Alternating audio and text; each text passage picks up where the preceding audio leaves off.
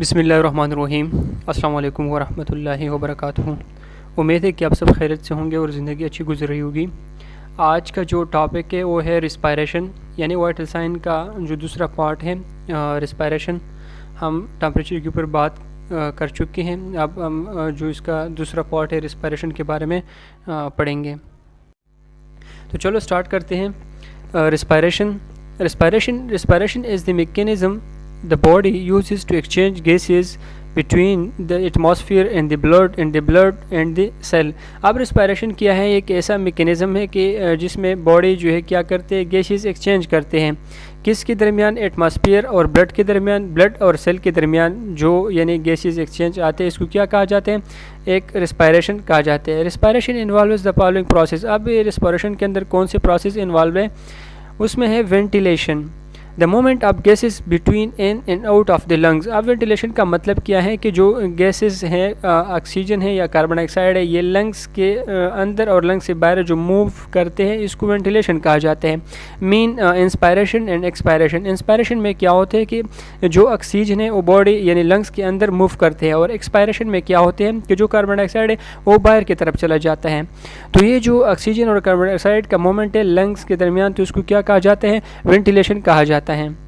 Diffusion, the moment of oxygen and carbon dioxide between the alveoli and the red blood sales. अब diffusion का मतलब क्या है? Diffusion का मतलब ये है कि जो ऑक्सीजन है या कार्बन डाइऑक्साइड है, ये क्या करते हैं? मूव करते हैं, यानी एक्सचेंज होते हैं अल्वियोलाई और रेड ब्लड सेल के दरमियान। तो जब भी ये ऑक्सीजन और कार्बन डाइऑक्साइड जो है ये मूव करते हैं अल्वियोलाई और रेड ब्लड सेल के दरमियान, तो इसको क्या कहा जाता है? डिफ्यूजन कहा जाता है।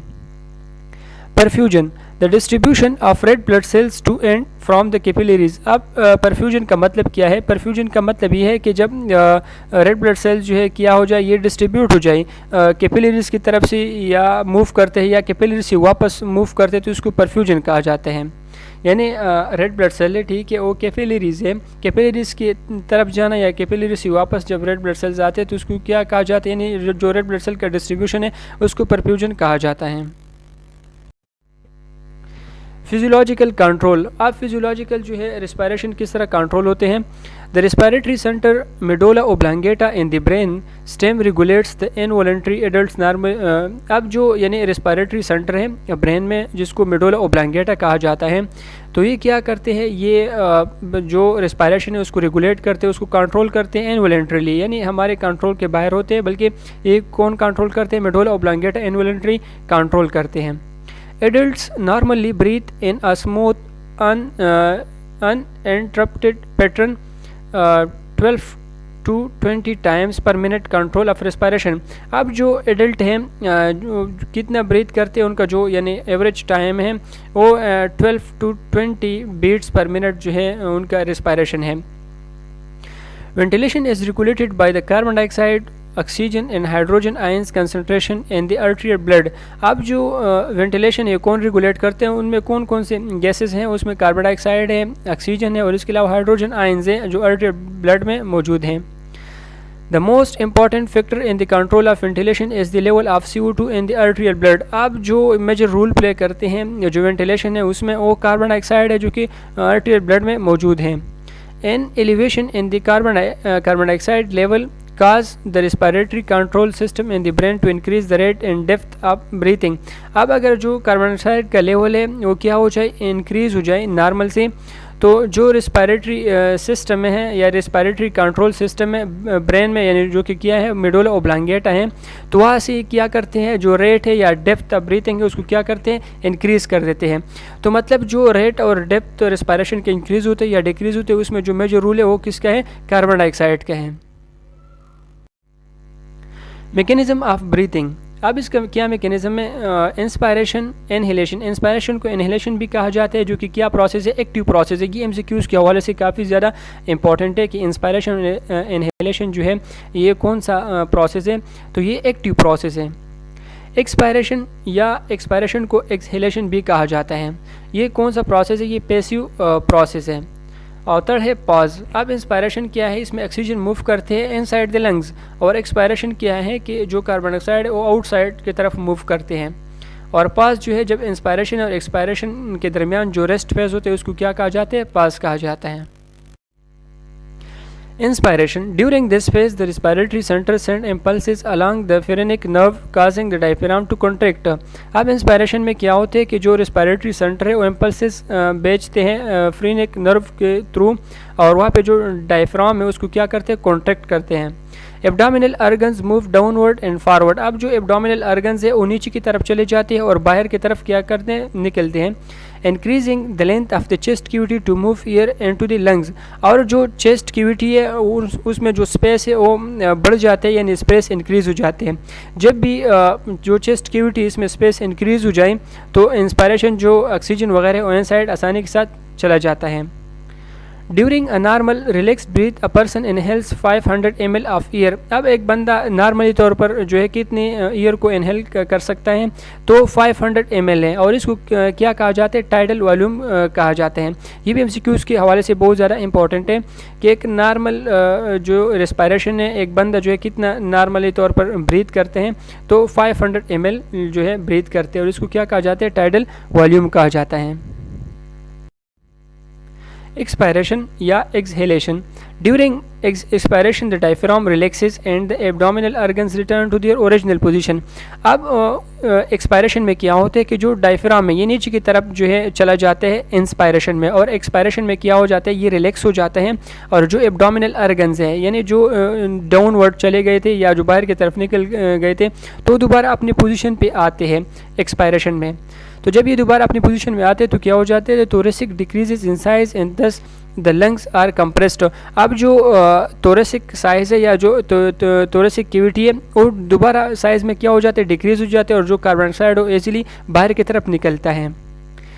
The ribs move downward and inward. अब जो रेब्स है वो किस तरफ मूव करते हैं, डाउनवर्ड मूव करते हैं और अंदर की तरफ चले जाते हैं.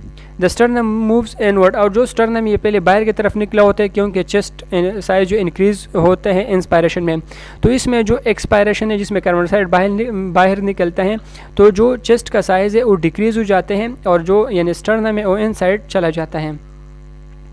पास का मतलब क्या है, the relaxation time between the inspiration and expiration. अब जो इंस्पायरेशन है या एक्सपायरेशन है इनके दरमियान जो रिलैक्सेशन टाइम है उसको क्या कहा जाता है, पास कहा जाता है.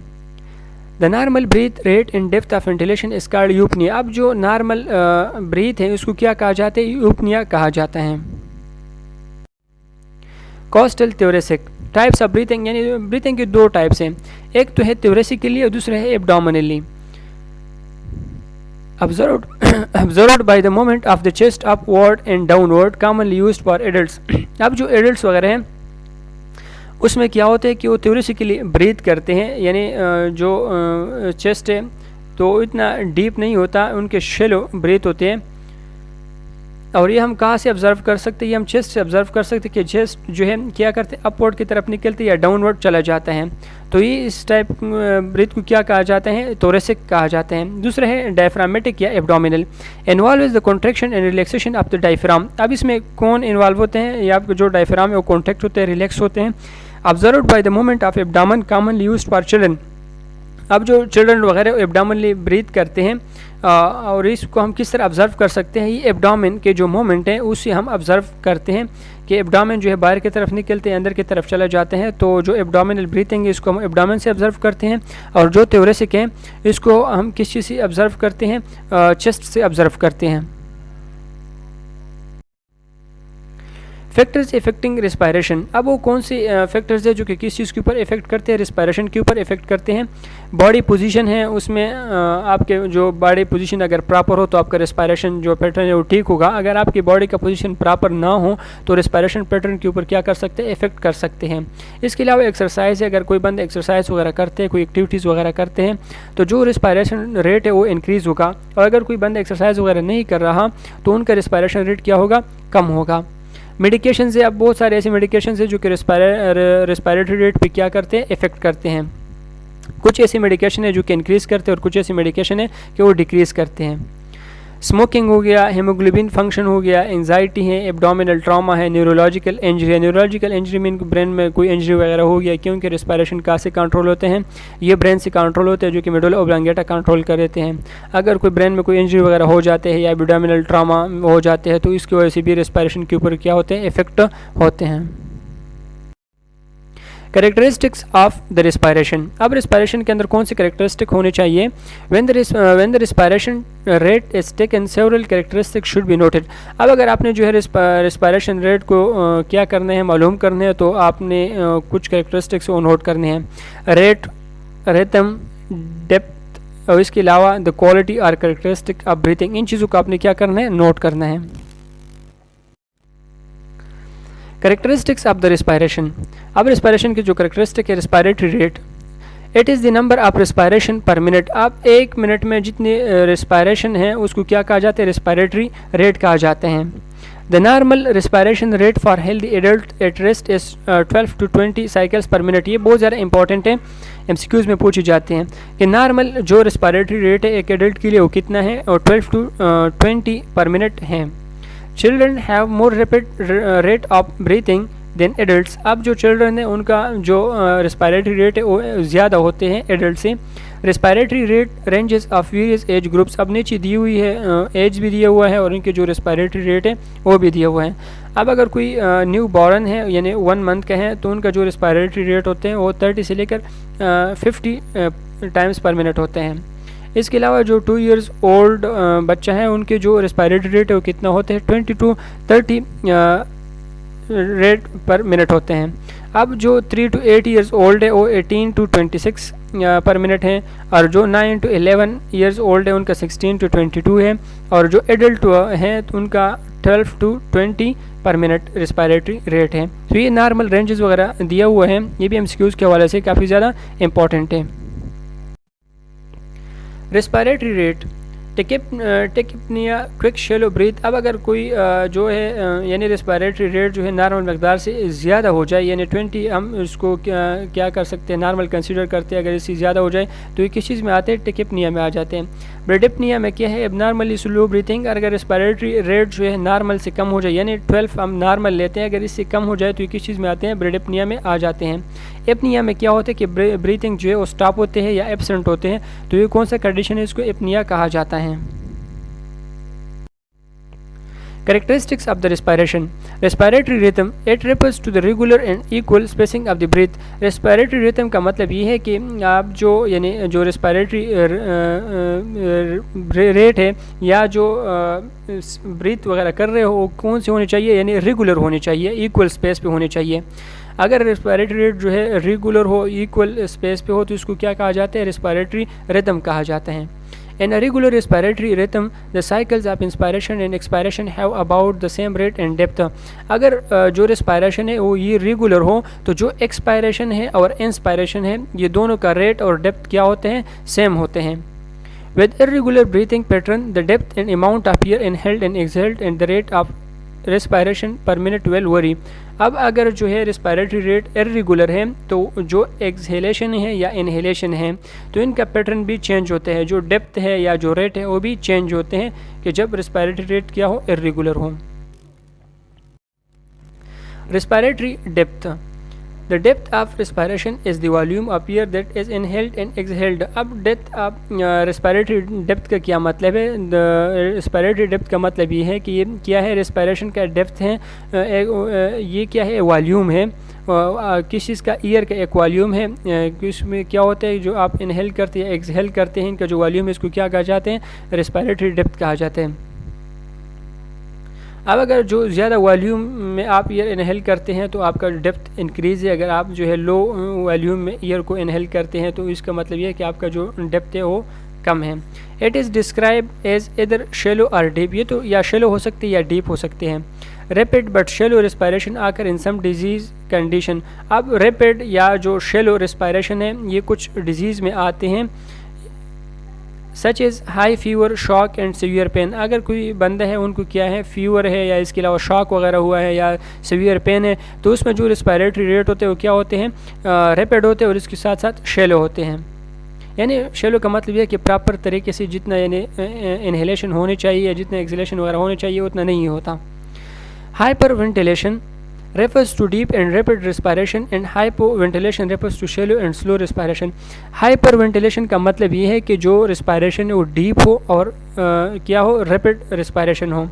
हाइपर वेंटिलेशन का मतलब ये है कि जो रिस्पायरेशन है वो शेलो हो और स्लो हो, कि अगर रिस्पायरेशन वगैरह शेलो है और स्लो है तो इसको हाइपर वेंटिलेशन कहा जाता है। अगर डीप है और रैपिड है तो इसको हाइपर वेंटिलेशन कहा जाता है। ये भी एमसीक्यूज़ के हवाले से बहुत ज़्यादा इंपॉर्टेंट है। असेसमेंट ऑफ रेस्पायरेटरी रेट, अब हम इसको किस तरह एसेस करते हैं। यूपनिया 12 to 20 मिनट है। यूपनिया अगर जो नॉर्मल रिस्पायरेशन इसको क्या कहा जाता है, यूपनिया कहा जाते हैं। वेंटिलेटरी डेप्थ का मतलब क्या है, the depth of respiration is assist by observing movement of the chest wall. अब हम जो यानी डेप्थ हम किस तरह मालूम करते हैं, जो चेस्ट मूवमेंट है या जो चेस्ट वॉल के मूवमेंट है उसे हम ऑब्जर्व करते हैं। A deep respiration involves a full expansion of the lung with full exhalation। अब जो डीप रिस्पायरेशन है उसमें जो लंग्स है ये फुल तौर पर एक्सपेंड हो जाते हैं और एक्सहेलेशन जो है वो फुली तौर पर हो जाते हैं, अंदर कोई एयर वगैरह नहीं रह जाता। Ventilatory depth, diaphragmatic breathing results from the contraction and relaxation of the diaphragm and is best observed by watching abdominal movement। अब जो diaphragmatic breathing है ये इसमें क्या होता है, जो डायफ्राम है वो कॉन्ट्रैक्ट और रिलैक्स होते हैं, और इसको हम कहाँ से ऑब्जर्व करते हैं, ये जो एब्डोमिनल मोमेंट है उससे हम क्या करते हैं, ऑब्जर्व करते हैं। वेंटिलेटरी डिफ्यूजन एंड परफ्यूजन, अब वेंटिलेटरी डिफ्यूजन और परफ्यूजन का क्या मतलब है। The respiratory process of diffusion and perfusion can be evaluated by measuring the oxygen saturation of the blood. अब हम जो डिफ्यूजन और परफ्यूजन वगैरह है, डिफ्यूजन हमने डिस्कस किया था कि डिफ्यूजन का मतलब ये है कि जो एल्व्यूलाई है या रेड ब्लड सेल्स के दरमियान जो मूवमेंट है गैसेस का, उसको डिफ्यूजन कहा जाता है। और परफ्यूजन का मतलब ये है कि जो रेड ब्लड डिस्ट्रीब्यूशन है कैपिलरीज की तरफ से, उसको परफ्यूजन कहा जाते हैं। तो हम इसको किस तरह इवालुएट करते हैं, ऑक्सीजन सैचुरेशन से। कलर ऑफ द स्किन हो गया, इसके अलावा कैपिलरी रिफिल वगैरह, ये क्या है, इससे हम आइडेंटिफाई करते हैं।